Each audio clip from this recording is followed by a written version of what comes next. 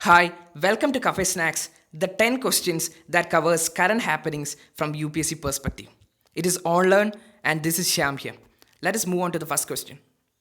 Which of the following relates to non-personal data? A. In its most basic form, non-personal data is any set of data which does not contain personally identifiable information. B. The government committee submitted its report has classified non-personal data into three main categories. That is public non-personal data, community non-personal data, and private non-personal data. C. Anonymized personal data is non-personal data. D. The Committee on Non-Personal Data is called Gopalakrishnan Committee. Now the options are 1 A, B, C, D, 2 A and C, 3 A, B and C, 4 A only.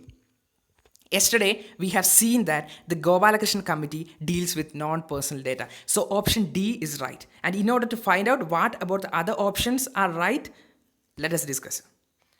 Now, look here. This is an article taken from the Indian Express. Now, it speaks about non-personal data.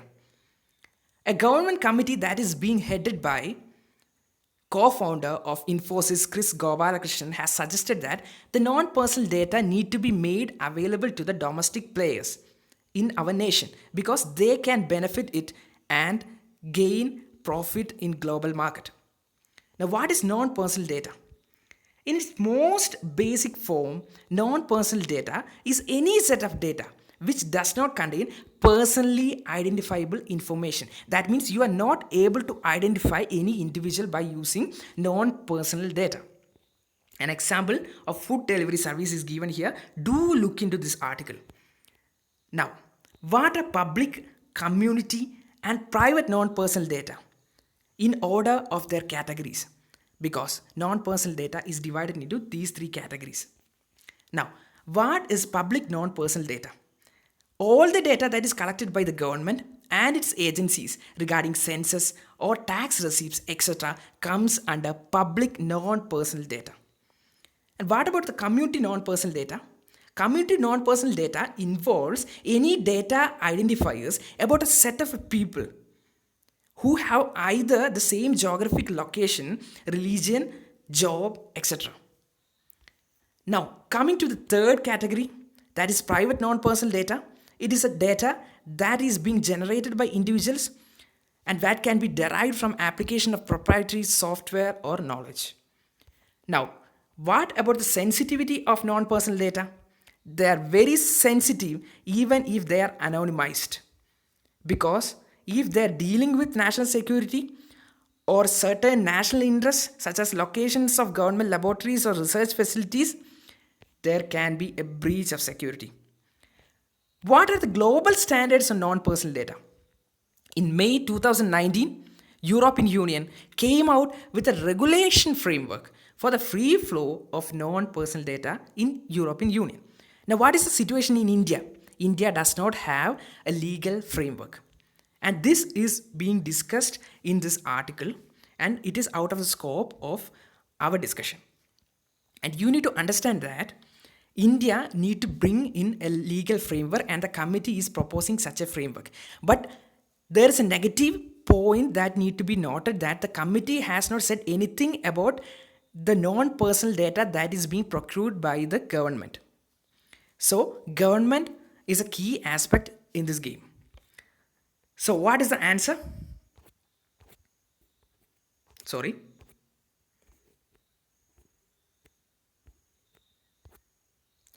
The answer is A, B, C and D. Because D is right. C, anonymous personal data is non-personal data. That is also right. B, government committee submitted its report has classified non-personal data into three main categories. That too is right. A, in its most basic form, non-personal data is any set of data which does not contain personal information. That too is right. Let us move on to the next question. Which of the following articles deals with punitive and preventive detention? A. Article 21, B. Article 22, C. Article 23, D. Article 12. Now, what is punitive detention? A person is being identified guilty. He has undergone trial and is going to be punished. In that case, it is a punitive procedure. And such punishments are punitive punishments. Now, what is preventive detention? Let us discuss. If a person is being imprisoned with the aim of preventing him from committing further offenses or of maintaining public order, then it is preventive detention. Now, preventive detention comes under Article 22. Now, Article 22, Clause 3 says that if a person is arrested or if he is being detained, he need to be given right to every provisions of Article 22, Clause 1 and Clause 2. What does the Clause 1 speaks about? No person who is arrested shall be detained in custody without providing him the information on what ground he is being arrested. And Clause 2 tells you that every person who is arrested and detained in custody shall be produced before the nearest magistrate within a period of 24 hours. And remember that a person detained have no right of personal liberty that is being granted by Article 19 or Article 21. So the answer is B, Article 22. Let us move on to the next question. Which capacity building scheme for civil servants aimed at upgrading the post-recruitment training mechanism of the officers and employees at all levels? A.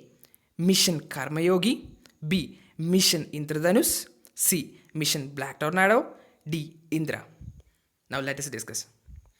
Mission Karmayogi is a particular scheme that is to prepare the Indian civil servants for the future by providing them with competitive technological aspects and innovations and also training. Now, how will Mission Karmayogi unfold? Mission Karmayogi program is being delivered by setting a digital platform called iGot Karmayogi.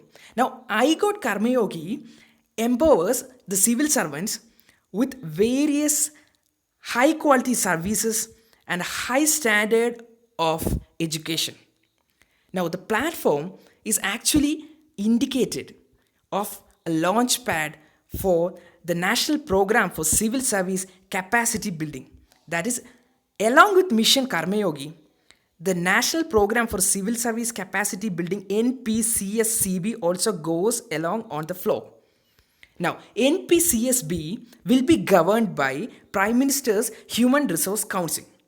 That is a thing to be remembered. So, Prime Minister's Human Resource Council is another kind of institution that comes into the play. Now, besides that, there will be a Cabinet Secretary Coordination Unit that comprises of various secretaries. Then, there is a Capacity Building Commission. And this Capacity Building Commission, it includes various experts in related fields and global professionals. And these people will make annual plans and they will audit the human resource development. Now, finally, you need to know that there is a special purpose vehicle which will govern the iGot Karmayogi platform. Now, this special purpose vehicle will be a not-for-profit company, and that will own and manage iGot Karmayogi platform. That's it. So let us look the answer. The answer is A, Mission Karmayogi. Now, Mission Indradhanus deals with childcare and maternity care. C, Mission Black Tornado is related to Bombay attacks. And D, Indra is a naval exercise. So let us move on to the next question.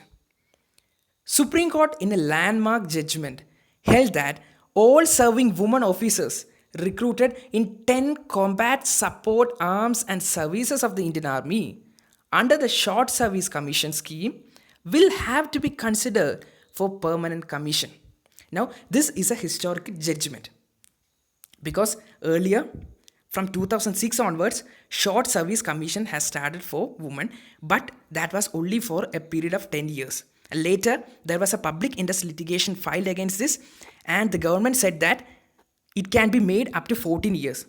And again, against this particular governmental view, another PAL was instigated, and the result is that now in Indian Army, women officers do have permanent commission. Now look at the options and which of the above options are right or the statements are right. A. Women officers were restricted to roles in SSC streams specified earlier. Now, what are the restricted roles? They can be only made available themselves in Army Education Corps, Corps of Signals, Intelligence Corps, and Corps of Engineers.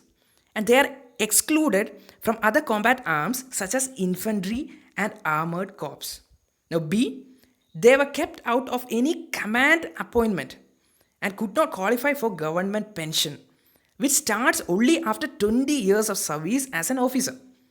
C, Supreme Court rejected the arguments presented by the government, saying that they are sex stereotypes or gender stereotypes, and also removed the restriction of women officers only being allowed to serve in staff appointments. Option D, a grant of PC, that is permanent commission, will give many other employment benefits like the service career courses, defense services staff college, options in higher studies, pension, ex-serviceman status, and consequent benefits, to name a few. Now, which of the above statements are correct? Now, I want to include each and every aspect of this particular issue right now, because this particular issue is a part of GS1, like gender issues, society, women issues, and also in GS2 regarding the various policies of the government. Now, the answer is all four are correct.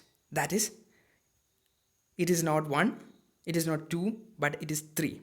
A, B, C, and D. Let us move on to the next question. DGFT, Directorate General of Foreign Trade, is associated with which of the following ministry? A, Ministry of Finance, B, Ministry of Commerce, C, Ministry of Environment, D, Ministry of Ayush. Now let us discuss this one. Now, this particular information or article is a part of the government website of DGFT. Now, Directorate General of Foreign Trade Organization is an attached office of the Ministry of Commerce and Industry, and it is headed by the Director General of Foreign Trade. And that is need to be remembered. Now, what is its duty? Its duty is in regulation and promotion of foreign trade. And you need to understand that before, its duty was in prohibition and control of imports and exports during the license Raj period. And later, it got promotion to a job of facilitation of exports and imports, keeping in view the interest of the country. So, which is our answer? The answer obviously is, it comes under Ministry of Commerce. B is the answer. Let us move on to the next question. Associated with MEIS, which is the correct statement? A, it is a scheme to promote export under DGFT. DGFT is the same DGFT, that is Directorate General of Foreign Trade. B, it is a scheme to promote services under DGFT. C, it is a scheme for merchant ship maintenance. D, it is a scheme under DOPT for civil service training. Let us discuss this question. Now, look at this. What is Merchandise Exports from India Scheme? So the full form of MEIS is Merchandise Exports from India Scheme, and it is a particular scheme that is being designed to exports, to facilitate exports and to reward exports and to offset infrastructural inefficiencies and associated costs. Now, why this particular question? Because now there is a cap in accordance with the scheme MEIS of about 2 crore that is being provided to each exporter by the India government. And the cap is 2 crore. And that is why it is there in the news. Read the other relevant news. So let us move on and discuss the answer. And the answer is A, it is a scheme to promote export under DGFT. Let us look into the next question. Which of the following statements are correct? A, reserved forests comes under Indian Forest Act 1927. B, the power to declare any forest land or wasteland as forest. Sorry, the thing is, it is not as forest, it is reserved forest, is with the state government. Now, 1, A and B, 2 B only, 3 A only, 4 none. The thing here to be remembered is that forest is in concurrent list. That means both the state and center can formulate laws on that particular subject. Earlier, it was in state list. Now, what is the answer? Now, before going on to the answer, you need to understand what is reserved forest. Now, basis of administration divides this into reserved forest, protected forest, and unclassified forest in our nation. Now, what is reserved forest? These kinds of forests are under the direct supervision of the government, and it comprises about 53% of the total forest area, and people are restricted from entering. Now, what about protected forests? These forests are looked after by the government, but the local people are allowed to collect fuel, wood, timber, etc. And 29% of the total forest area of the country comes under protected forest. What about unclassified forest? These are like the floodgates are open. The unclassified forests are those in which there is no restriction on cutting the trees and grazing of capital. About 18% of the national forest is comprised of unclassified forests. And look into the answer. The answer is 1. A and B. Reserved forest comes under the Indian Forest Act 1927. And the power to declare any forest land or wasteland as reserved forest is within the parameters of state government, and it should be done by publishing it in Gazette under the Indian Forest Act of 1927. Let us move on to the next question. The Fertilizers and Chemicals Travancore Limited, or FACT, is a fertilizer and chemical manufacturing company headquartered in Kochi, Kerala, India. Which is the correct statement? A.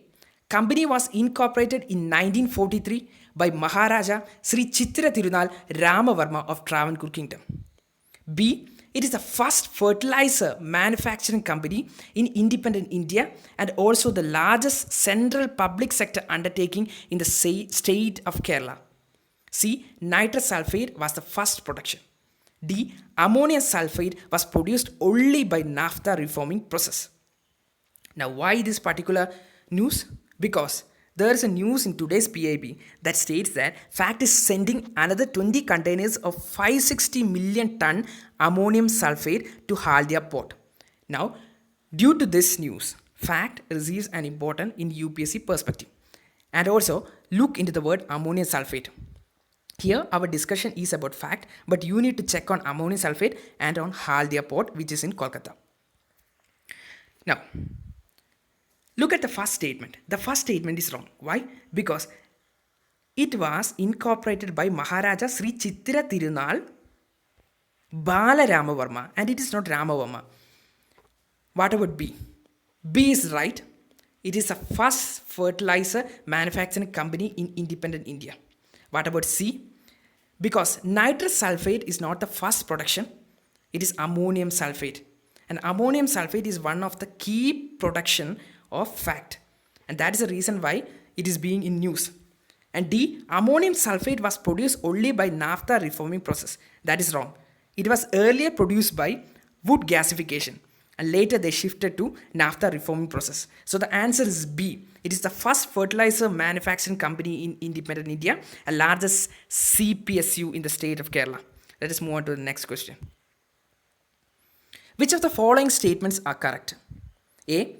2020 year theme of Brics is economic growth for an innovative future. B. 11th Brics Summit was held in Brasilia, the capital of Brazil. C. The 6th Brics Summit in Fortaleza, Brazil in 2014. The leaders signed the agreement for establishing the NDB, New Development Bank. Now D. Brazil was the main BRICS country behind the establishment of the NDB and proposed the idea at the 4th BRICS Summit in New Delhi. Now you need to remember that BRICS is an idea that is being suggested by the former chairman of Goldman Sachs, Jim O'Neill. Now he's proposed that in the coming 50 years, 4 economies is going to dominate the world economy. That is Brazil, Russia, India and China. Later, South Africa joined BRICS in 2011 at Sanya Summit in China. Now, look at the first statement. 2020 year theme of Brics is economic growth for an innovative future. That is right. It is economic growth for an innovative future. Now, the 11th Brics summit was held in Brasilia, Brazil. That is the recent one is held in Brasilia. That too is right. Now, the 6th Brics summit in Fortaleza in Brazil, the leaders decided to establish new development bank. That too is right. It was in 6th Brics summit and in Fortaleza. Now D, Brazil was the main BRICS country behind the establishment of the NDB and proposed the idea at the 4th BRICS summit in New Delhi. That is wrong. It is India. So D is wrong. The answer is 2, A, B and C. Now why this particular news? Because the recent meeting, the BRICS meeting is over and the Union Minister of State for Culture and Tourism has attended the 5th BRICS Culture Meet today. Let us move on to the next question. Central Water Commission is associated with A. Ministry of Jal Shakti, B. Ministry of Water Resources, River Development and Ganga Regeneration. It is Ganga Regeneration and Ministry of Drinking Water and Sanitation. That is the C option. Ministry of Drinking Water and Sanitation is a C option. I'm really sorry for that. Now D. Ministry of Power. Now what is the answer? Before that, you need to understand what is Central Water Commission. Let us discuss. Now, Central Water Commission is a premier technical organization that does good amount of work in water resources and it's also functioning under the Ministry of Jal Shakti in the Department of Water Resources, River Development and Ganga Regeneration, Government of India. Now, you need to understand that the Central Water Commission is headed by a chairman. Now, if any person of IAS rank or the secondary rank can only be made such a chairman. That means his status is ex officio secretary to the Government of India. So these are the things you need to understand about Central Water Commission. So what is the answer? The answer is obvious. It is A. Ministry of Jal Shakti. Now, what about Ministry of Water Resource, River Development and Ganga Regeneration? And the C option, Ministry of Drinking Water and Sanitation. Now, both Ministry of Water Resources, River Development and Ganga Regeneration and Ministry of Drinking Water and Sanitation were joined together in 2019 to form the Ministry of Jal Shakti. That is why this option is important. So, thank you for today's class. Do look into each and every articles that is being given as explanation. Thank you.